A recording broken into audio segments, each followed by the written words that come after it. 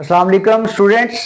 Calculation of relative atomic mass from isotopic abundance, इस topic के बाद एक एक्सरसाइज का क्वेश्चन बना हुआ है। इस वीडियो लेक्चर में हम उस सवाल को हल करते हैं। पहले सवाल की जो स्टेटमेंट है उसको पढ़ते हैं, समझते हैं, आफ्टर दैट उसको सॉल्व करते हैं। तो रीड करते हैं स्टेटमेंट।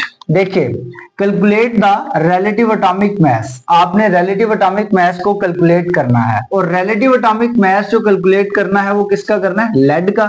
लेड का सिंबल होता है पीबी, सही है। आपको यहां पे पूछा यह गया है कि रिलेटिव एटॉमिक मास कैलकुलेट करें लेड का। Isotopic abundances of isotopes are 2.0, 24.0, 22.0, 52.0 respectively. यानी कि जो आइसोटोप्स हैं लेड के, उनकी आइसोटोपिक अबंडेंसेस आपको गिवन है। 4 आइसोटोप्स हैं। पहला जो आइसोटोप है उसकी अबंडेंस 2.0% है, दूसरे आइसोटोप की अबंडेंस 24.0% है, तीसरे आइसोटोप की अबंडेंस 22.0% है, और जो चौथा आइसोटोप है उसकी परसेंटेज या आइसोटोपिक अबंडेंस 52.0 है। आपको जो 4 आइसोटोप उसने दिए हैं, Pb204, Pb206, Pb207, Pb208, जब भी आप लेफ्ट साइड पे सुपरस्क्रिप्ट में ये वैल्यू लिखी आपको नजर आए तो समझ लीजिए कि ये आपके पास मास है, एटॉमिक मास है। यानी कि ये जो लेड का पहला आइसोटोप है इसका मास है 204, लेड का जो दूसरा आइसोटोप है इसका मास है 206, लेड के तीसरे आइसोटोप का मास है 207, और लेड के चौथे आइसोटोप का मास है 208। आपको जो चारों आइसोटोप हैं लेड के, उनके मैसेज भी गिवन है और आपको उनकी अबंडेंसेस भी गिवन है, सही है। आपको जब इन दोनों वैल्यूज का, फैक्टर्स का पता है तो आप फॉर्मूला अप्लाई करेंगे और उसके बाद रिलेटिव एटॉमिक मास निकाल लेंगे लेड का। तो मैंने आप लोगों को इस चीज को आसान बनाने के लिए टेबल की फॉर्म में लिखा है।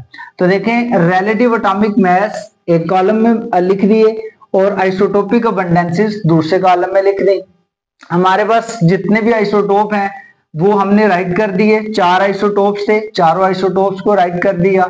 अब चारों आइसोटोप की जो अबंडेंसेस हैं वो लिखते हैं। पहले आइसोटोप की अबंडेंस 2.0% है, वो लिख दी। दूसरे आइसोटोप की अबंडेंस 24.0 है, वो लिख दी। तीसरे आइसोटोप की अबंडेंस 22.0 है, वो लिख दी। और चौथे आइसोटोप की अबंडेंस 52.0 है, वो लिख दी। आप लोगों की आसानी के लिए मैं यहाँ पे बताता चलूं कि ये देखो, ये जो पहले आइसोटोप का मास है 204, इसे आप कह दो कि ये आपके पास है M1, और ये जो 2.0 है ये कह लो ये आपके पास है P1 की वैल्यू, और ये दूसरे आइसोटोप का जो मास है इसे बोलेंगे M2, और ये जो दूसरी अबंडेंस है इसे बोलेंगे P2।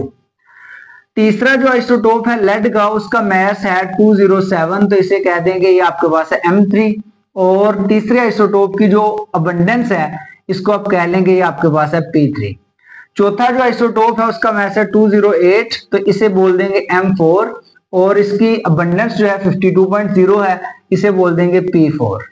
अब हमने करना क्या है, हमने रिलेटिव एटॉमिक मास निकालना है। रिलेटिव एटॉमिक मास किसका निकालना है? लेड का। तो relative atomic mass of lead निकालने के लिए हमारे पास एक फॉर्मूला है।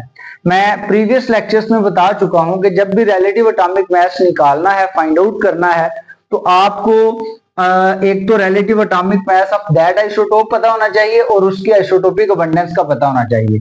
तो हमारे पास चूंकि लेड के 4 आइसोटोप हैं, इसलिए हमने जो फॉर्मूला बनाया है वो 4 तक बनाया है। यानी कि जो फॉर्मूला बना है वो M1P1 plus M2P2 plus M3P3 plus M4P4 divided by 100।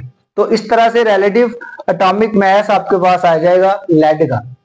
अब जो रिलेटिव एटॉमिक मास लेड का आएगा, ठीक है, वो आपने फाइंड करना है, और आपने M1 की जगह ये वैल्यू लगा देनी है, P1 की जगह ये लगा देंगे, ठीक है, M2 की जगह ये वैल्यू लगा देंगे, P2 की जगह 24 लगा देंगे, M3 की जगह 207 और P3 की जगह 22.0, M4 की जगह 208 और P4 की जगह 52। तो आइए वैल्यूज को पुट करते हैं और न्यूमेरिकल को सॉल्व करते हैं। तो देखिए जरा, relative atomic mass of lead Pb, सही है, इसकी वैल्यूज पुट करने जा रहे हैं। M1 की वैल्यू क्या है?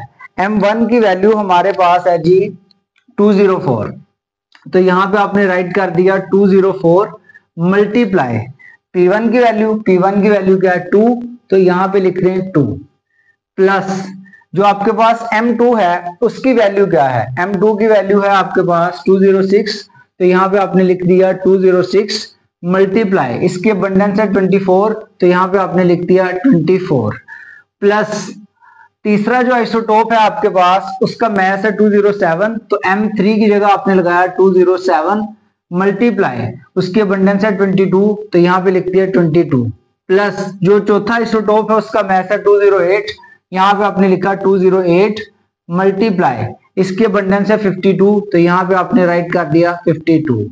डिवाइड किस पे करेंगे, डिवाइड आप करेंगे 100 पे, तो ये लें जी हमने डिवाइड कर दिया 100 पे, सही है। अब ये देखें यहाँ पे कैलकुलेशन करते हैं, तो आप लोगों ने आसानी से कैलकुलेट कर लेना है।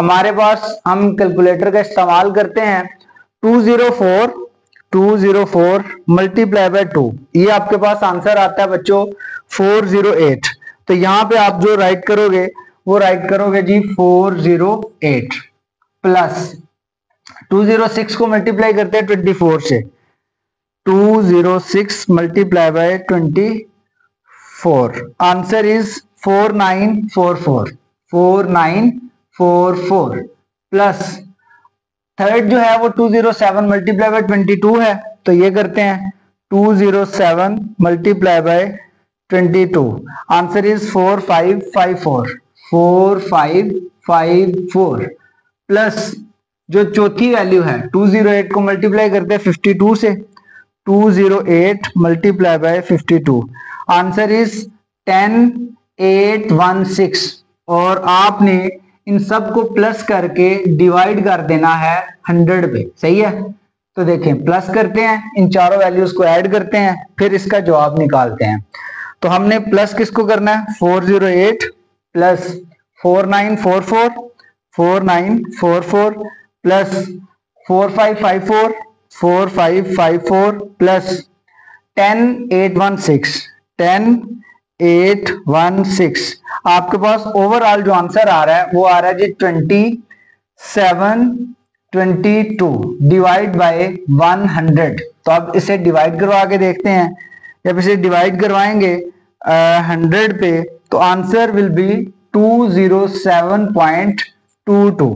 तो आपके पास जो रिलेटिव एटॉमिक मास का आंसर आया है, relative atomic mass of lead का जो आंसर आया है वो है जी 207.22। इस तरह से हमारा ये न्यूमेरिकल प्रॉब्लम जो है एक्सरसाइज का जो क्वेश्चन है ये सॉल्व आउट हो गया।